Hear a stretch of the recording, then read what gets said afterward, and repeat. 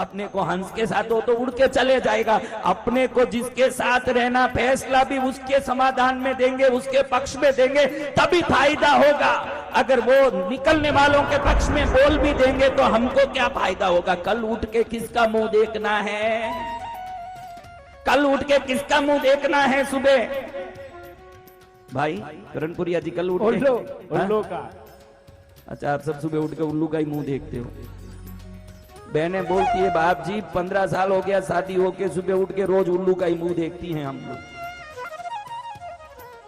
खुद ही कहते हैं सबके हम उल्लू का मुंह देखते हैं। मैं तो कहानी बोल रहा हूं भाई, आपको कौन पूछा कि किसका मुंह देखते हो? आप खुद ही बेहिचक बोल रहे हो कि हम सब सुबह उठ के उल्लू का मुंह देखते हैं।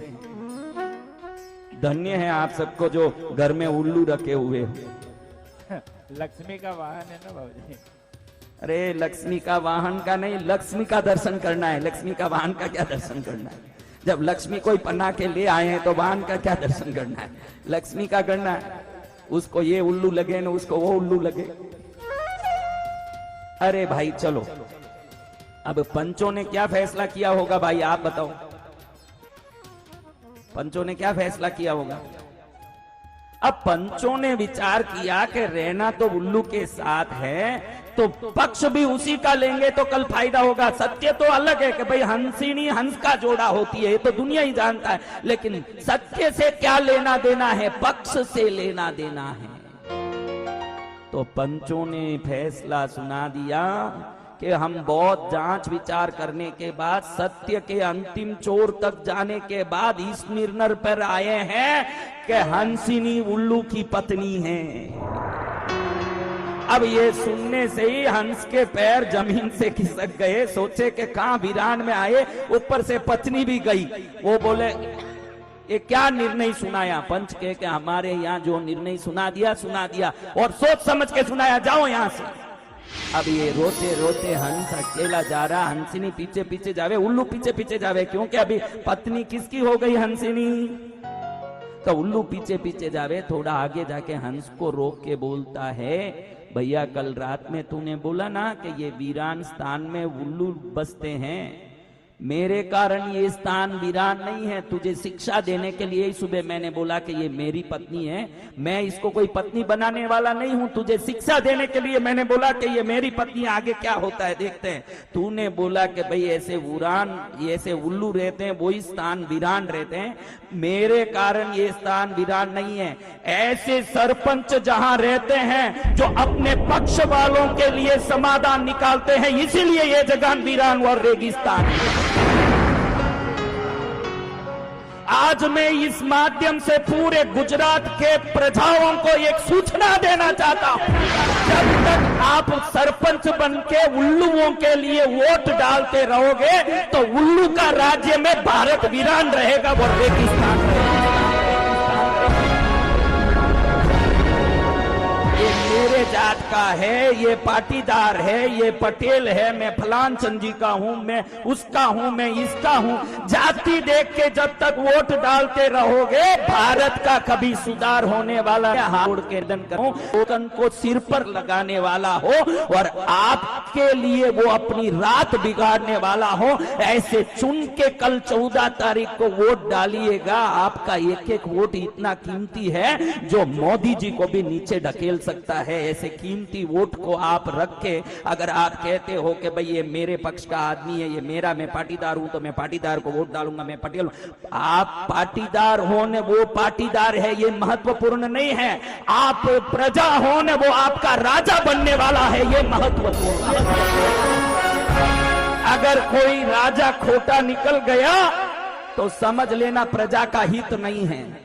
एक राजा खोटा निकल गया तो समझ लेना देश का हित नहीं है। अगर देश का हित चाहते हो तो जितने गुजरात के प्रांत में मेरे ये प्रवचन को लाइव के माध्यम से देख रहे हो, जितने लोग सीधे प्रसारण से अब मुझे देख रहे हो, उन सबको निवेदन है कि मेरा ये प्रवचन को रिकॉर्डिंग करके तुरंत पूरे गुजरात में फैलाओ। अब कहना पड़े कि भाई उल्लू की क्या गलती? सरपंचों की गलती है। अब उल्लू भी कहता है कि भाई मेरे कारण थोड़ी वीरान हुआ है, वीरान तो इन सरपंचों के कारण हुआ है जो अपने पक्ष के लोगों को ही फैसला सुनाते हैं। प्रभु की दीक्षा विश्व में चरित्र की महिमा को बताने वाली वस्तु। चरित्र है तो सब कुछ है, आपके पास सब कुछ हो लेकिन चरित्र नहीं है तो अमृत के घड़े में छिद्र पड़ा जैसी बात है। घड़ा कितना भी अच्छा हो लेकिन एक छेद हो उसमें तो कोई वस्तु टिकेगा। चरित्र वो वस्तु है जिसके बगैर जीवन बेकार है। एक बार विवेकानंद स्वामी अमेरिका में थे तो किसी ट्रेन स्टेशन से उतर के निकले तो लोगों ने सोचा कि बड़े सूट कोट पहन के पतलून पहन के बड़े जोरदार रूप से विवेकानंद स्वामी आएंगे, क्योंकि वहां के लोग तो टोपी पहनते हैं, शू पहनते हैं, सॉक्स पहनते हैं, कोट सूट पहनते हैं, तो सोचा कि ऐसे जोरदार आएंगे क्योंकि इतने बड़े स्वामी हैं तो बड़े जोरदार आएंगे। स्वामी जी देखो तो बिल्कुल भगवा एक जिब्बा कुर्ता पहन के नीचे उतर गए। अब लोग ढूंढ रहे हैं, ये बोले कि आई एम विवेकानंद। अरे आप स्वामी हो क्या? हमने तो सोचा कि स्वामी जी हो तो बड़े ठाट पाट से सूट कोट पहन के टोपी कीपी पहन के आएंगे। तो स्वामी जी ने बोला भैया इतना ही फर्क है कि तुम्हारे देश में तुम्हारी संस्कृति को तुम्हारा दर्जी निर्मित करता है, हमारे देश में हमारी संस्कृति को हमारा चरित्र निर्मित करता है। चरित्र बिना सब बेकार है, चाहे जो आपके पास हो लेकिन आपके निगाहों में विकार है, आपके बातों में गलतियां हैं, आपके सोच में गंदगी है तो समझना कि एक सोने के घड़े में मलमूत्र भरा ये शरीर और आत्मा से भी गंदा हो गया तो फिर तो बेकार हो गया। और आज जरूरी है संस्कार की। अगर अभी कोई चीज की कल ही मैंने पूछा, भाई कल मैंने एक सवाल पूछा, कितने लोग थे कल यहाँ? कल मैंने एक सवाल पूछा कि आपके दुकान से कोई 50 किलो तुअर की दाल का बोरा लेके भाग रहा है, आप क्या करोगे? कल मैंने पूछा कि नहीं बहनों? क्या बोला आपने? क्या बोला? उसके पीछे भागोगे। फिर मैंने पूछा कि दुकान की आग लग गई, पीछे से देख रहे हो कि दुकान में आग लग गई, अब क्या करोगे?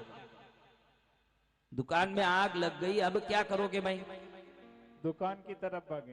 अब बोरे वाले चोर को छोड़ोगे न दुकान की तरफ भागोगे कि नहीं? तो एक जमाना था जब आप ये पंथ गच के पीछे पड़ते थे, अब संस्कार ही खत्म हो रहे हैं। अब ये पंथ गच के झगड़े छोड़ो, आपके बच्चों में जो संस्कार गायब हो रही है पहले उसके पीछे भागो। दुकान की आग लग गई, अब तूर की दाल के पीछे मत भागो, अब तो दुकान में ही आग लग चुकी है।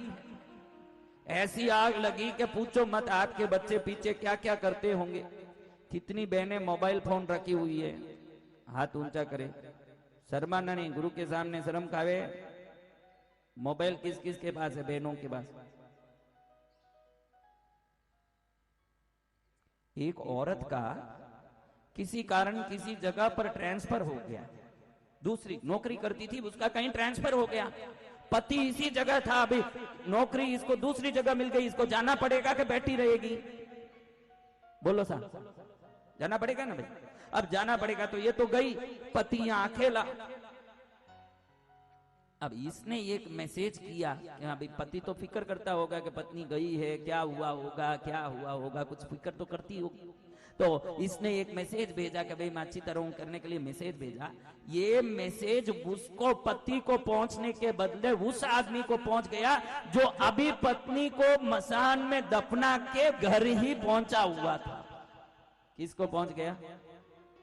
उसकी पत्नी बीमार थी तो वो मर गई किसी कारण, तो ये तभी स्मशान में पहुंचा के ही आया था। ये गलत मैसेज गलती से उसको पहुंच गया। अभी ये उठा के मैसेज देखता है तो उस औरत ने मैसेज भेजा, इसको मिला कि मैं अच्छी तरह पहुंच गई हूं, आराम से ठिकाने पहुंच गई हूं, कोई मेरी फिक्र आप मत करना, और 2-4 दिन में आपको भी मैं बुला लूंगी, आप बिल्कुल चिंता मत करना।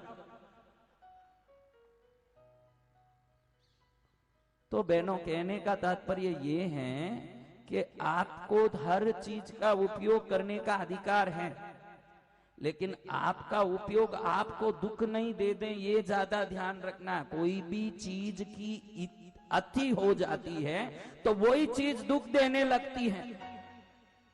अभी एक बच्चा, मेरी सच्ची घटना आपको एक बताऊं, तो एक बच्चा, मैं बिहार करके जा रहा था तो गली के बाहर नाया हुआ गीला गीला मट्टी में लोट पोट करके नाच रहा है। मैंने उसको कहा कि भाई जा घर जा, पहुंच ले, शरीर पहुंच ले, सर्दी लग जाएगी, ऐसे मट्टी में क्यों गुड़ रहा है। तो वो मेरे को कहता, महाराज साहब मेरे नाये 3 घंटे हुए, मेरी माँ को 10 बार मैंने कह दिया मेरे को पहुंच दे, मेरे को साफ कर दे, वो व्हाट्सएप में बैठ के कुछ कर रही है, 3 घंटे से मुंह उठा नहीं तैयार नहीं है, तो मेरे को कौन पहुंचेगा मेरे साथ, मैं वहां बैठ के क्या करूंगा, इसलिए गली में खेलने आ गया। सत्य घटना है। अब धन्य है ऐसी माताओं को जो अपने बच्चों को भी देखने के लिए जिसको समय नहीं है, टीवी में बैठी है तो जब तक सीरियल में वो हीरोइन 10वीं शादी नहीं कर ले जब तक ये उठती नहीं, और एक बार तो उसको वो 10वीं शादी का सीन देखना ही है, क्योंकि बेचारी को दुख आता है कि 9वें पति ने कितना दुख दिया। तो अच्छा सा 10वां पति मिल जाए इसको चिंता है। जो टीवी वाली हीरोइन को 10वां पति मिलने की कामना करती है उसको मैं सती नहीं मान सकता। सती तो वो थी जो अपने पतियों को संभालती थी, अगर वो गलत हैं तो सुधारती थी। मैं ये नहीं कहता कि आपके पति सब सर्वोत्तम है, मां पुरुष है, मैं नहीं कह सकता, लेकिन आप हर चीज की मनमानी करके उनको मना सकते हो, तो संस्कार के लिए भी आप अपने पति को मना सकते हो, मेरी गारंटी है। इसको खुशी है, देखो मेरी पत्नी मुझे मना देगी कल से, राजी खुशी ताली बजाता है कि मेरी पत्नी भी सुन रही होगी, कल से थप्पड़ तो नहीं पड़ेंगे। सुन रहे हो, देखो ये सुन रहे सब सुन रहे। उसकी पत्नी है क्या? सबकी है। हाँ अब मालूम पड़ा के सबकी है। आज एक चीज बहुत बड़ा खुलासा हुआ कि इन सबकी शादी हुई। इससे क्या खुलासा हुआ, मैं कभी भी देखता हूं कि ये घर छोड़ के आते हैं तो इतने खुश क्यों रहते हैं, हरदम खुश मिजाज क्यों रहते हैं। मैं हर बार ये सोचता तो हूं कि घर छोड़ के आते हैं तो खुश दिखते हैं ना, जैसे ही यहां से निकलना रहता है हमारा समय जा रहा, क्या हुआ भाई तेरे को इतनी दुख क्यों आई। अब मालूम पड़ी कि शादी हुई इसलिए घर छोड़ के बाहर हैं, तब खुशी बढ़ती है। ऐसा लाडू है कि खा के पछतावे न खाए बगैर पछतावे। कैसा लाडू है ये देखो, 2-3 बैठे हैं वो खाए बगैर पछतावे के कब खाऊं। हमारा एक मेरा संगम बहुत सेवा करता है, उसको एक ही है कि कब संगम होगा मेरा, कब संगम। हाँ? जो खाए हैं वो पछतावे। करणपुरिया जी देखो कैसे पछता रहे, करणपुरिया जी कैसे पछता रहे, देखा। सोने के दांत क्या अपने आप आए, दांत टूट गए तब आए, ऐसे थोड़ी आए। दांत टूट गए। एक बार ये करणपुरिया जी दांत के डॉक्टर के पास गए, कहते हैं कि दांत टूट गए। डॉक्टर कहता है कि ऐसे कैसे दांत टूट जाएंगे भाई, दांत गिर जाते हैं, हिल जाते हैं, सुना, टूट जाते हैं मैंने कभी तो नहीं सुना। तो ये कहते हैं नहीं, रोटी बहुत कड़क थी इससे दांत टूट गया। तो डॉक्टर ये करणपुरिया जी को कहता है कि रोटी कड़क थी तो आप पत्नी को कम से कम कह देते कि रोटी कड़क थी, जबरदस्ती खाया क्यों आपने और दांत तोड़ा क्यों। तो वो कहते हैं रोटी कड़क थी इसलिए दांत नहीं टूटा डॉक्टर साहब, रोटी कड़क थी ये पत्नी को कहने गया तब मेरे दांत टूटे। अब देख लीजिए इनके सोने के दांत का असली रहस्य भी मुझे ये लाइव में बताना पड़ गया। क्या करूं भाई, कभी कभी तो कुछ बातें बतानी पड़ती है। लोग सोचे कि कितने अच्छे सोने के दांत है, अरे ये दांत तो टूटने के कारण नहीं आ गए हैं। जयकारा गुरुदेव का। बोलो सच्चे दरबार की, आज की आनंद की। कृष्णगिरी चालो रे चालो, कृष्णगिरी चालो रे चालो, मनडो मारो बोले रे बोले, हिवडो मारो डोले रे डोले, मनडो मारो बोले रे बोले, हिवडो मारो डोले रे डोले, मनडो मारो बोले रे बोले, हिवडो मारो डोले रे डोले। कृष्णगिरी चालो रे चालो, कृष्णगिरी चालो रे चालो।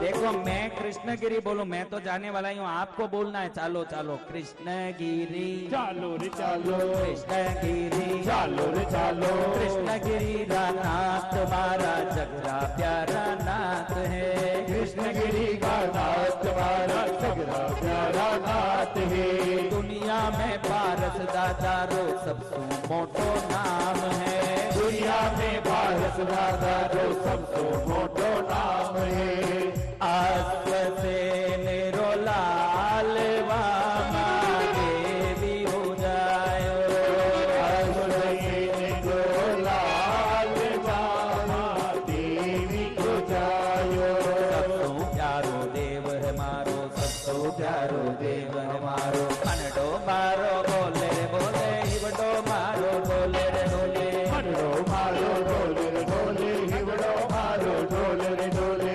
पार्श्वनाथ भगवान की जय हो।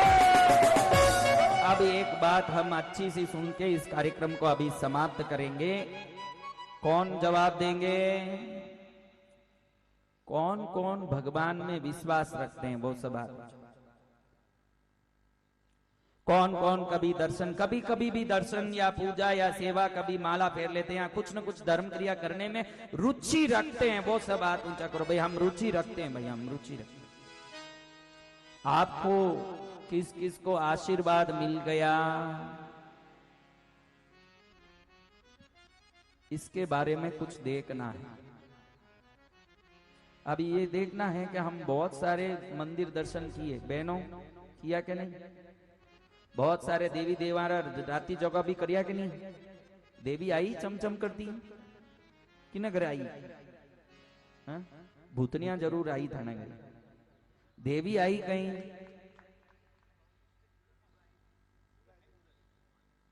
अरे वो माता जी का मैं भरोसा नहीं करता। किसको आ गई माता जी? कि माता जी रोड में बैठी है जो इनको शरीर में आ जाएगी। अरे मैं ये किसको आई माता जी? अरे मैं एक बात आपको पूछता हूं, किसी को भी आई होगी, मैं आपको पूछता हूं, आप में किस किस के घर में नरेंद्र मोदी जी आए हैं? वो हाथ ऊंचा। तो अच्छा छेड़ दिया मेरे को, अभी देख क्या करता हूं। किस किस के घर में नरेंद्र मोदी जी आए वो हाथ ऊंचा करो। मिठालाल जी, नरेंद्र मोदी आया था नगरे? मुकेश भाई चेलाबाद, नरेंद्र जी मोदी आया था नगरे? अभी अगली पहला सवाल तो किसके घर में नरेंद्र मोदी आए? सब बोले किसी के घर में। मैं तो मोदी जी के शपथ ग्रहण में गया था, मैं बोल सकता हूं आए के गए। अभी आपको बता दूं, अगला सवाल ये है कि अब मोदी जी खड़े हैं इधर, इधर भैरू जी खड़े हैं। कौन खड़े हैं? इधर मोदी जी खड़े हैं, इधर भैरू जी खड़े हैं। कौन किसको वंदन करेंगे? बोलो सा। मोदी जी बेरू जी को करेंगे। अब वंदन जिनको होता है वो बड़े हैं कि वंदन जिन जो करते हैं वो बड़े हैं? जिनको होता वो बड़े। जिनको वंदन होता है वो बड़े हैं। अब कह रहे हो कि मोदी जी भैरू जी को वंदन करेंगे तो भैरू जी बड़े हैं, और अब बोलते हो कि मोदी जी भी आपके घर कभी नहीं आए तो उनसे बड़े भैरू जी कैसे आ जाएंगे? मेरा तो पहला सवाल ये कि जब मोदी जी नहीं आए भैरू जी कैसे आएंगे? और आपको बता दूं, आप अगर जैन आगम को मानते हो, जैन सिद्धांत को, जिनेश्वर को मानते हो, तो पहला सवाल तो मेरा ये है कि देवता मनुष्य लोक के दुर्गंध में, हमारे आगम कहते हैं कि 2 योजन ऊपर ही खड़े हो जाते हैं, क्योंकि नीचे पसीने की बदबू, मल मूत्र गंदगी की बदबू होने से एक दायरे के ऊपर ही देवता खड़े हो जाते हैं, उसके नीचे आते नहीं। नंबर 1। दूसरा, देवता में छोटे से छोटे देवता की शक्ति भी सूर्य से भी ज्यादा तेजस्वी होती है। लघु संग्रहणी रत्नम ग्रंथ पढ़ो। मैं देखो, मैं साधु होने से आप मन मुताबिक बोल सकते हो, मैं नहीं बोल सकता, मैं शास्त्र का ही आधार लेके बोलूंगा। लघु संग्रहणी रत्नम ग्रंथ पढ़ो, उसमें दिया है कि अगर कोई भी देवता किसी मनुष्य के शरीर में प्रवेश करेंगे तो उसी समय में ये शरीर जल के राख हो जाएगा, एक क्षण भी नहीं लगेगा, वो भस्म हो जाएगा। एक क्षण लगे, कितनी देर लगेगी? एक क्षण में भस्म हो जाएगा। तो ये भस्म होने वाले शरीर में वो तेजस पुंज अंदर प्रवेश करना। दूसरा, अपने शरीर में क्या है? अपने शरीर में क्या है? पेट में क्या भरा है? चंदन की लकड़ियां भरी रखी है, केसर का कोठा है, इत्तर का डिब्बा है, रत्नों का खान है, अरे गाय घास खाता है, दूध देता है। गाय क्या खाता है? सेठ साहब बादाम की हलवा खाओ, क्या दे बोला सा? हाँ? सुधीर भाई नगरी वाले भाई कहो कि बादाम हलवा खावे सेठ जी, कहीं देवेला? गाय घास खावे कहीं देवे सोनू भाई?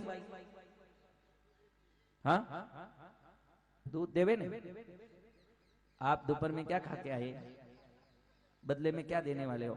देखो आपको एक खास बात इसी बहाने में कहना चाहता हूं कि आपिल का झाड़ उगता है। आपको एक खास अच्छी बात इसी बहाने बता देता हूं, क्योंकि हर चीज समय पर होनी चाहिए, नहीं तो क्या फायदा।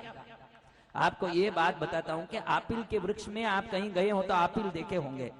आपिल के झाड़ को पालने के लिए घी डालना पड़ता है क्या? पेड़ पर क्या डालना पड़ता है? जोर से बोलो। इलायची के पौधे के लिए क्या तेल डालना पड़ता है? पानी के माध्यम से ही इलायची आता है, पानी के माध्यम से आपिल आता है, पानी के माध्यम से नारंगी आती है, पानी के माध्यम से मौसम्बी आती है, पानी के माध्यम से बादाम। ऐसा नहीं, बादाम का पेड़ ये नहीं बोलता कि घास तू 5 रुपये किलो बिकता है, मैं 2000 किलो बिकता हूं, तो मेरे को तो घी डालोगे तो ही मैं पलूंगा, बड़ा होऊंगा। हाँ, क्या बोलता है? पानी ही एक माध्यम है जिससे बादाम, काजू, पिस्ता, नारंगी, मौसम्बी, आपिल, संतरा, दुनिया के कोई भी चीज पानी से उगते हैं। एक की वस्तु खाद्य है, अनेक वस्तु उत्पादन है क्या नहीं? लेकिन इधर सेठ साहब देखो, अनेक उत्पादन, अनेक बादाम। अबे कल ही तो बनाई थी, आज क्या रोज रोज तू राबड़ी बनाती? आज थोड़ा घेवर बना दो, आज थोड़ा हलवा बना दो।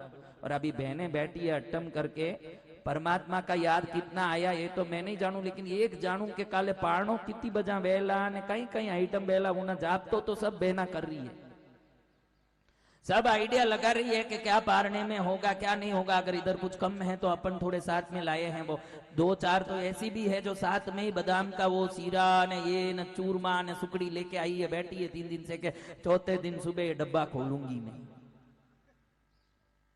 हाँ, तो आपको मैं बता दूं कि हमारा हालत देखो कि हम अनेक चीजें खा के भी क्या दे सकते हैं। ये पौधे पानी पी के भी कुछ देते हैं, कभी जाओ तो ऐसा जरूरी नहीं। देखो आपको एक अच्छी बात बता दूं, ये जरूरी नहीं कि मंदिर जाके प्रभु को ही वंदन करना। ये पौधों को भी वंदन करो, ये गायों को भी वंदन करो, ये पशुओं की वंदन करो, जिनके कारण हमारा पेट पल रहा है, भोजन तो उनसे मिल रहा है हमको। मैं कई बार लोगों को कहता हूं, तुम अगर धन्यवाद दो मत दो, ईश्वर ने तुमको धन्यवाद देने के लिए मजबूर कर दिया है। जब भी पानी पीते हो मुंह ऊपर करके पीना पड़ता है कि नहीं? मुंह नीचे है ना, पानी अंदर घुस जावे, हो सकता है क्या भाई? मुंह नीचे करके पानी पीवे, किसकी ताकत है? गिलास को ऊंचा करना पड़ेगा कि नहीं? तो भगवान ने मजबूर कर दिया कि इंसान भले ही नमक हराम हो सकता है, मैं तो उसको वंदन करा के ही रहूंगा।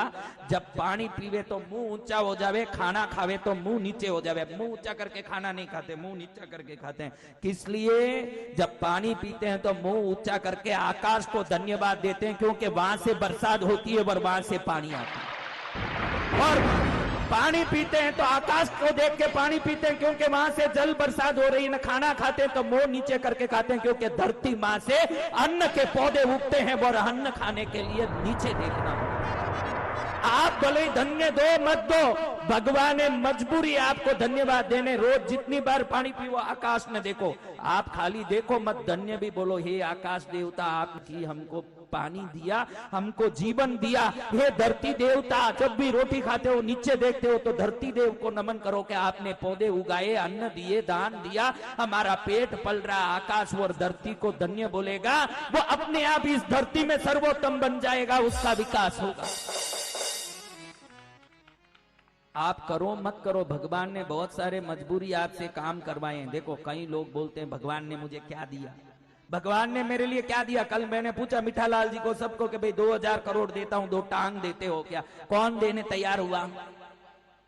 कोई था क्या जो देने तैयार हुआ? अशोक जी, रंका जी को तो मैं तो 2500 भी देने तैयार हूं। 2500 देऊं? थाना टांग थोड़ा मोटा मोटा ताजा है, तो देवो तो थोड़ा 500 करोड़ बता दे रहा हूं। कौन देवे?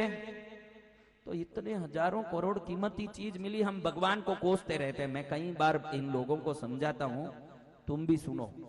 क्या समझाता हूं कि भगवान ने सब किया लेकिन हम कोसते हैं। समझ लो कि भगवान ने आंख यहां रखा, नाक यहीं रख दी, मुंह यहां रख दिया। अब हलवे का कौवा लेते हैं हाथ में तो आंख देख ही लेता है कि अंदर कोई कचरा नहीं है, कोई जंतु पड़ा नहीं है, और मुंह जैसे ही ले जाओ तो नाक सूंघ लेता है ना, फट करके मुंह में घुस जाता है। अगर समझ लो कि आंख यहां रखा भगवान ने, नाक यहां रख देते ने, मुंह यहां पीछे रख देते, तो हलवे का कौवा लिया, पहले तो आंख से देखो क्या चीज है, क्या चीज है देखो, और फिर नाक को यहां सूंघाओ और धीरे से ले जाके ऐसे करके मुंह में डालोगे तो एक बार भोजन करने के लिए 7 घंटा 20 घंटा तो भोजन करने में ही लग जाते हैं।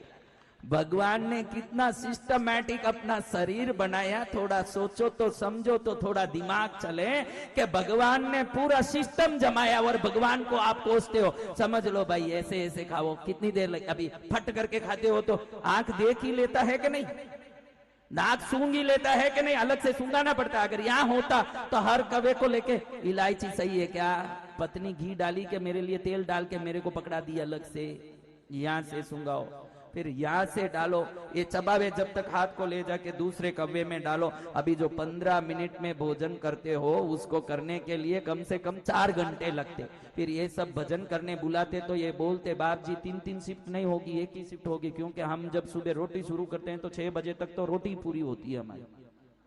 ये तो ईश्वर की कृपा है कि हमको सभी चीजों की व्यवस्था दी है भगवान ने, फिर भी हम कंटाले हुए हैं। हमको लगे कि क्या मजा है, कोई मजा नहीं है, अपने को तो बहुत मजा चाहिए। अरे जो मिला, कल मैंने भगवान के जन्म कल्याण के अवसर पर बताया कि जिस हालत में हो उसमें खुश रहो, बोला कि नहीं? कौन खुश रहेंगे? मैंने ये नहीं कहा कि आप बढ़ने का संघर्ष मत करो। देखो बेचारा, तेरा नाम क्या है?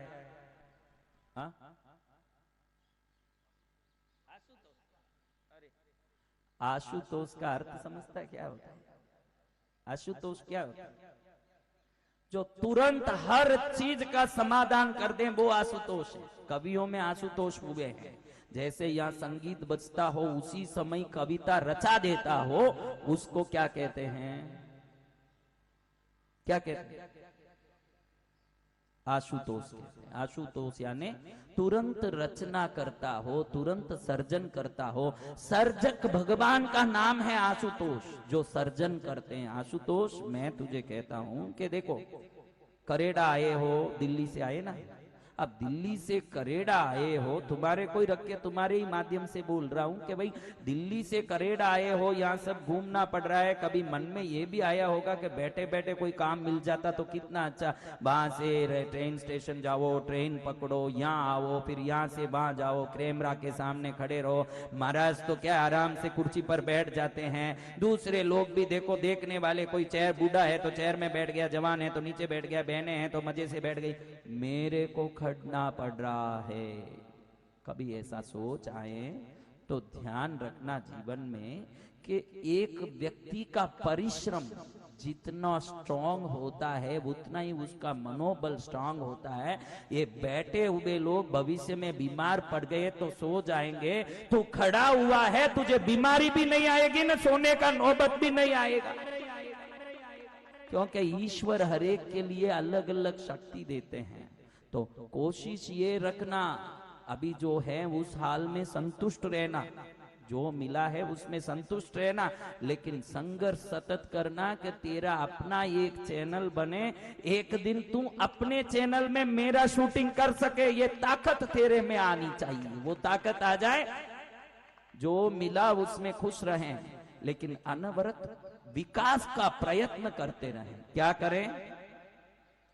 अगर 60 पैसे के पेट्रोल पंप में हफ्ते के पगार में काम करने वाला धीरू भाई अंबानी दुनिया को मुट्ठी में कर सकता है, तो फिर तो ये मालूम पड़ना चाहिए पूरे दुनिया के लोगों को कि एक 60 पैसे में पगार लेने वाला व्यक्ति पूरी दुनिया कर लो मुट्ठी में, दुनिया ऐसे उसने नारा लगाया। जितने अंबानी परिवार है, एक छोटे से संघर्षमय परिवार से खिल के विश्व के सर्वोत्तम धनाढ्य परिवार में बना। तो हम सब में भी वो शक्ति छुपी है। अगर हम हमारे शक्तियों को, हमारे में छिपी हुई सामर्थ्य को समझ लेंगे तो हर एक अंबानी बन सकता। मैं इसमें विश्वास रखता हूं ना, आशीर्वाद भी देता हूं। मुझे इसमें विश्वास भी है और मेरा आशीर्वाद भी, खाली विश्वास ही नहीं है, मुझे मेरा आशीर्वाद भी है। अगर आप मेहनत करो तो फलोगे, कोई नहीं रोक सकते।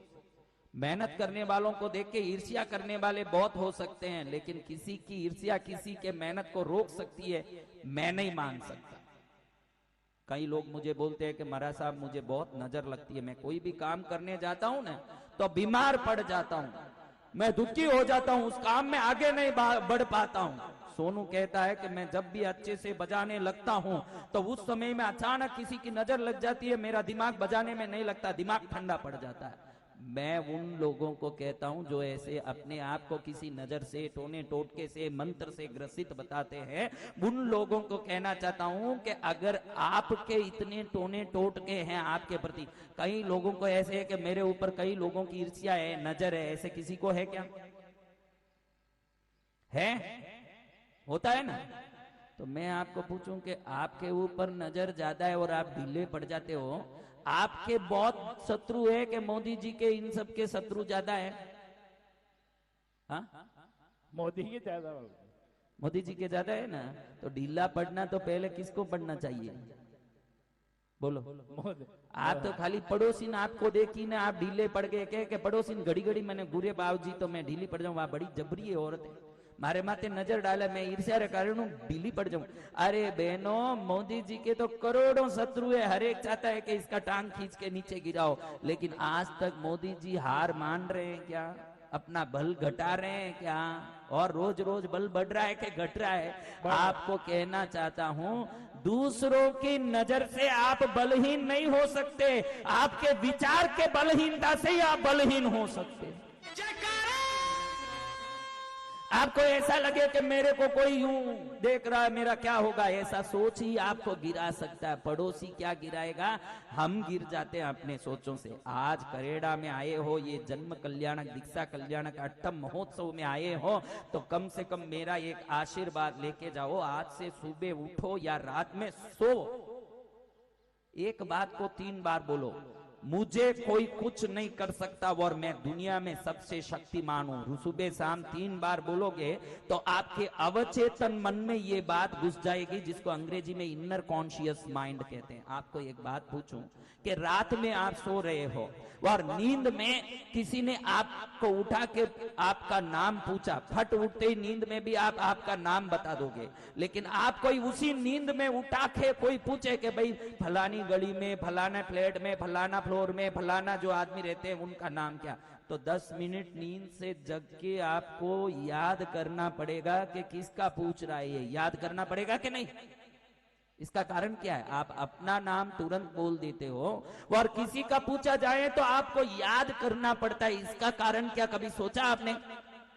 इसका कारण है कि आपको जो जरूरी है उस वस्तु को आपका दिमाग अंदर के कोशिकाओं में भर के रखता है ना, जो नहीं जरूरी है उसको बाहर रखता है। आप जिस चीज को घड़ी घड़ी रटोगे, दिमाग सोचता है कि ये इसको बहुत जरूरी है, इसको अंदर ले लो, अंदर ले लो, वो चीज अंदर घुस जाएगी, जो नहीं जरूरत है वो बाहर रहता है। इसलिए आप रोज बोलोगे कि मुझे कोई कुछ नहीं कर सकता, मैं दुनिया में सबसे शक्तिमान हूं, ये घड़ी घड़ी दोहराओगे तो ये अंदर चले जाएगा। जब जो चीज अंदर उतर जाती है, उसकी सफलता के लिए स्वयं प्रकृति उसके सहायता करती है ना, निश्चित ही वो शक्तिमान बन के ही रहेगा। तो आप लोगों से निवेदन है कि अपने आप को कमजोर कभी मत मानो। आप इतने शक्तिशाली हो कि हर एक आदमी कुछ बनने जन्मा है, लेकिन कौन बनता है ये तो उसके प्रयत्न पर आधारित है। एक व्यक्ति, देखो इस भारत के प्रधानमंत्री जी ने एक छोटे से काम से अपना जीवन को शुरू किया, संघर्ष किया, गुजरात के भी वो मुख्यमंत्री रहे, बाद में अब भारत के भी प्रधानमंत्री हो चुके हैं। तो इसमें उनका संघर्ष और संघर्ष की शक्ति दर्शाती है कि वो कितने प्रयत्नशील है। इतना प्रयत्न किन किन लोगों ने किया जीवन में? भाई अपने को तो सोने टाइम चाहिए, रात में भी भक्ति में बैठे हैं तो मन में बहनों को आवे कि कब पूरा होवे ना, कब सोने भेजें। हाँ बहनों, दोपहर में भी कब भोजनशाला खुले वो ही ध्यान रहे। अभी बेचारी अठम वाली तो बैठी है शांत, कल से वो अपना बताएगी कारीगिरी। हाँ, तो ऐसे जीवन से क्या फायदा जिस जीवन में प्रयत्न नहीं होता हो। जो प्रयत्न करता है वो सब कुछ पाता है। लेकिन भारत में तो कई तकलीफ है। भारत में प्रयत्न करने वालों को भी करने देने वाले कितने हैं। कोई अच्छा सा प्रयत्न करे, मैंने ही बोला कि उसको टांग खींचने वाले है या नहीं। एक बार दोनों हाथ ऊंचा करो सब, क्योंकि आज भक्ति कम हुई लगता है। आज बिल्कुल मैटर ठंडा है, क्योंकि देखा ठंडा ठंडा में ही ठंडा हो गया। अब देखें, जोर से ताली बजाओ। बोलो पार्श्वनाथ भगवान की। मैंने झोली फैला दी ओ दादा, अब खजाना तो प्यार का लुटा दे। मैंने झोली फैला दी ओ दादा, अब खजाना तो प्यार का लुटा दे। आ गया मैं भटकते भटकते